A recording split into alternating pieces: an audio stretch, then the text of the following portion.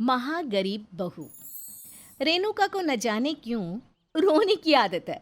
वो हर समय ये बोलकर रोती रहती है कि मेरे पास पैसे नहीं है, मेरे पास पैसे ही नहीं है। जबकि उसका पति विनोद अच्छा खासा कमाता है। रेणुका की सास लता अपनी बहू की इस आदत से बहुत परेशान रहती है। क्या लता अपनी बहू की इस आदत को छुड़ा पाएगी या फिर वो भी अपनी बहू के रंग में रंग जाएगी? सुनते हैं रेणुका और लता की इस कहानी को। बहू, आज फिर से तुम रात का बचा हुआ खाना खिला रही हो। कितनी बार कहा है तुमसे कि तुम रात को इतना खाना मत बनाओ कि सुबह तक चले। माँ जी, आपके बेटे मुझे इतना पैसा नहीं देते कि मैं 4 टाइम का खाना बनाऊं। अब जो है जैसा है वही खा लो। बहू, मेरा बेटा कम कमाता हो या ज्यादा, लेकिन इस घर में जरूरत का सारा सामान रखता है। तो फालतू की बात है मत क्या कर, और थोड़ा दिल बड़ा रखा कर। माँ जी, दिल बड़ा करने से कुछ नहीं होता, जेब बड़ी करनी पड़ती है। अब आप जल्दी से खा लो, गरम करके लाई हूँ, ठंडा हो जाएगा खाना। लता खाना खा लेती है। थोड़ी देर बाद लता की पड़ोसन आती है और उससे बात करने बैठ जाती है।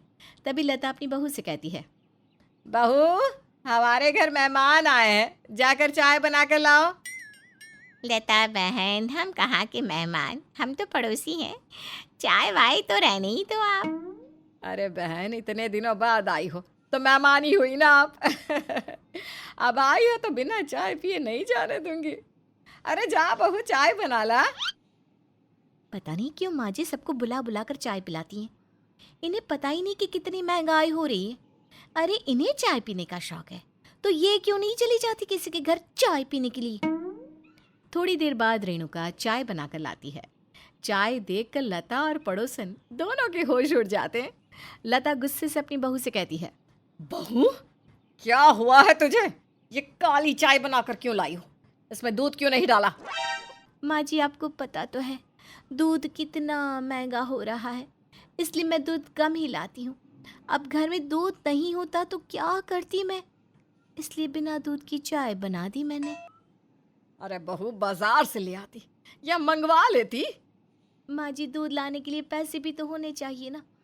मुझे ही पता है मैं कितनी गरीबी में दिन काट रही हूँ। आपका क्या है, बैठकर हुक्म चला देती हो। वैसे माँ जी, ये काली चाय ना सेहत के लिए बहुत अच्छी होती है। सास बहू की बात सुनकर पड़ोसन को बहुत अजीब लगता है। बहन जी, आप परेशान मत हो, मैं फिर कभी चाय पी लूंगी। अभी चलती हूँ मैं। अरे बहन जी, रुकिए तो। नहीं नहीं लता जी, मैं बाद में आऊंगी, अभी चलती हूँ मैं। पड़ोसन वहां से चली जाती है। लता को अपनी बहू पर बहुत गुस्सा आता है। बहू, अगर तू ऐसे ही लोगों के सामने गरीबी का नाटक करती रहेगी ना, तो कोई भी नहीं आएगा यहाँ पर। ना रिश्तेदार, ना कोई पड़ोसी, और ना ही कोई दोस्त। अच्छा है ना माँ जी, कोई भी ना आए यहाँ पर, ना कोई रिश्तेदार ना कोई पड़ोसी। घर का खर्चा तो कम होगा माँ जी। लता और रेणुका बहस कर ही रही थी कि तभी वहां पर विनोद आकर कहता है, रेणुका, तुम क्यों दिमाग खराब करती हो? 4 दिन का बचा हुआ खाना लंच में पैक करके दे देती हो। कब सुधरोगी तुम? तो क्या करूं, फेंक दूं खाना? अरे फेंकने के लिए कौन बोल रहा है? देखो, तुम रोज खाना बनाया करो, थोड़ा थोड़ा, और ताज़ा खाना बनाया करो। फेंकने की जरूरत ही नहीं पड़ेगी। और इतने दिन के रखे पुराने खाने से तबीयत भी खराब हो जाती है। इतनी गरीबी है घर में और तुम बादशाह वाले ख्वाब देख रहे हो। रोज अच्छा खाना खाना है। सैलरी देखिए अपनी। रेणुका, मैं अच्छा खासा कमा लेता हूँ, और कम से कम इतना तो कमा ही लेता हूँ कि इस घर में रह रहे लोगों का पेट अच्छी तरह से पाल सकूं। रहने दो, अब बोलो मत कुछ, चुप ही रहो। माँ, कल से आप ही खाना बना देना। मैं 4 दिन पुराना खाना नहीं ले जा सकता ऑफिस। अगले दिन से लता अपने बेटे के लिए खाना बनाने लगती है। लता को इस तरह से खाना बनाते देख रेणुका उससे कहने लगी, माँ जी, ये रोज रोज आप अपने बेटे के लिए शाही पकवान बनाती हो ना, अगर रोज रोज ऐसे ही चलता रहा तो एक दिन कटोरा हाथ में आ जाएगा। अरे बहू, शुभ शुभ बोल। ये कैसी अशुभ बातें कर रही है तू यहाँ खड़ी होकर? ऊपर वाला करे मेरा घर फलता रहे, फूलता रहे। और हाँ, ऐसी बातें ना अपने मायके वालों के बारे में बोला कर। हमारे बारे में ये सब आप शगुन बोलने की जरूरत नहीं है। आपको बुरा लग गया माँ जी, लेकिन मैं सच कह रही हूँ। मेरे मायके वाले ऐसे फिजूल खर्चे बिल्कुल भी नहीं करते। वो सब कुछ ना हिसाब से करते हैं। बहू महा कंजूस है तेरे मायके वाले। दाल बनाते हैं तो रोटी नहीं बनाते, और रोटी बनाते हैं तो दाल नहीं बनाते।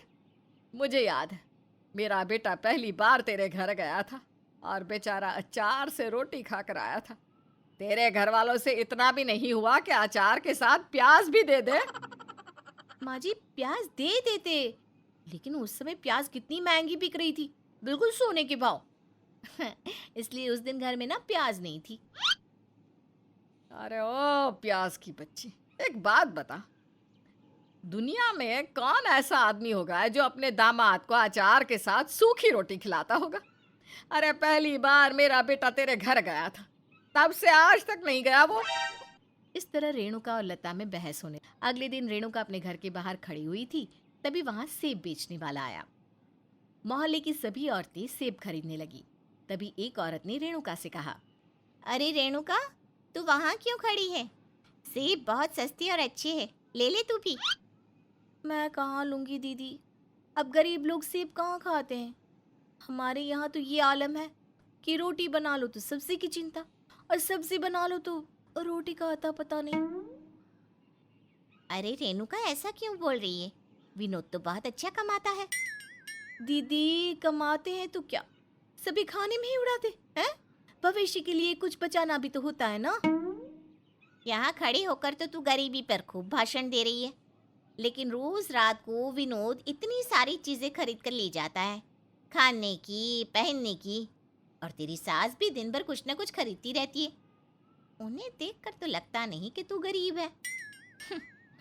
उन्हें तो आदत है फिजूल खर्ची की। वैसे मैं उन्हें ना बहुत समझाती हूँ, लेकिन उन्हें मेरी कोई बात समझ में ही नहीं आती। रेणुका, वो जो करते हैं उसे फिजूल खर्ची नहीं कहते, वो तो घर की ज़रूरतों का सामान लाते हैं। लेकिन हाँ, जो तुम करती हो ना, उसे कंजूसी ज़रूर कहते हैं।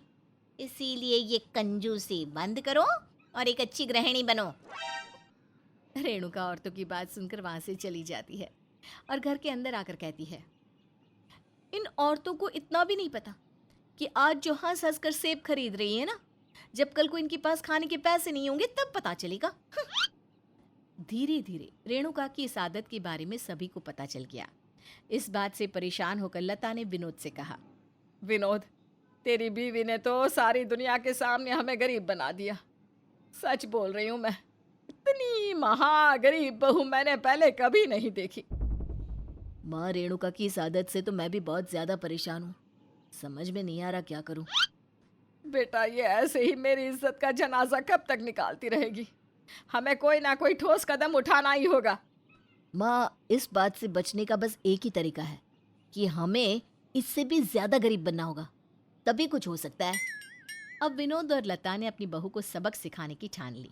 सुबह लता ने सबके लिए चाय बनाई।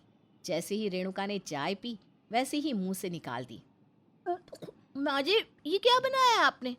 ना तो इसमें दूध है और ना ही चीनी, चाय पत्ती डाली है तो वो भी बस नाम के लिए। बहू, गरीबी में ऐसा ही नाश्ता मिलता है। तुझे पता है ना, चीनी, चाय पत्ती कितनी महंगी हो गई है, और दूध का दाम तो आसमान छू रहा है। इसलिए बहू, तुझे जो मिल रहा है वही खा पी ले, और ऊपर वाले का शुक्रिया अदा कर। रेणुका अपनी सास की बात सुनकर हैरान हो गई। थोड़ी देर बाद रेणुका ने अपने पति से कहा, सुनिए जी, मुझे अपने मायके जाना है, आप मुझे कुछ रुपए दीजिए ना। विनोद रेणुका को 10 रुपए देता है। ये क्या, 10 रुपए? अरे और कितने रुपए दूं तुम्हें? तुम्हें पता है ना मेरी सैलरी कितनी कम है, घर का गुजारा मुश्किल से हो पाता है। मुझे ये सब मत बताओ, कम से कम ऑटो या टैक्सी का किराया तो दे दो। 10 रुपए में मैं अपने मायके कैसे जाऊंगी? देखो, यहाँ से पैदल जाना बस स्टॉप तक, वहाँ से 5 रुपए वाली टिकट लेना, और उसके बाद तुम सीधे अपने घर पहुँच जाओगी। और हाँ, मैंने तुम्हें दोनों तरफ का किराया दे दिया है। अब ये मत बोलना कि मैं तुम्हारा ख्याल नहीं रखता। विनोद वहां से चला जाता है। रेणुका सोचती है, क्या हो गया है इन दोनों को, ये दोनों तो मुझसे भी ज्यादा महागरीब हो गए। रात को रेणुका सबके लिए खाना बना रही होती है, तभी विनोद और लता उसके पास आकर कहते हैं, अरे रेणुका बहू, क्या बना रही हो? इतना सारा खाना कौन खाएगा? एक काम करो, तुम सिर्फ 3 रोटी बनाना, हम तीनों एक एक रोटी ही खाएंगे। और आलू बैंगन बनाने की जरूरत नहीं है। आज सिर्फ आलू बना लो और 2 दिन बाद बैंगन बनाना। इस तरह ये सब्जी 4 दिन चल जाएगी। 2 दिन आलू खाएंगे और 2 दिन बैंगन। ये आप दोनों को क्या हो गया है? इतने कंजूस तो आप पहले कभी नहीं थे। और क्यों ऐसी बात कर रहे हो? माँ जी, एक एक रोटी से हम तीनों का पेट भर जाएगा? हैं? ऊपर वाले का दिया सब कुछ है हमारे पास, फिर क्यों आप दोनों इतना गरीब बनकर दिखा रहे हो? बहू, मैं भी तो यही कहती हूँ कि ऊपर वाले का दिया सब कुछ है हमारे पास।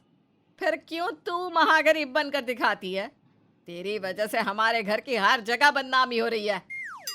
माँ और मैंने नाटक किया था तुम्हें सबक सिखाने के लिए, और अब भी तुम नहीं सुधरी तो माँ और मैं तुमसे बड़े गरीब बनकर दिखा देंगे। अरे मैं तो नौकरी भी छोड़ दूंगा। दोनों की बात सुनकर रेणुका चुप हो गई। उसने दोनों से वादा किया कि वो आगे से कभी गरीब बनकर नहीं दिखाएगी।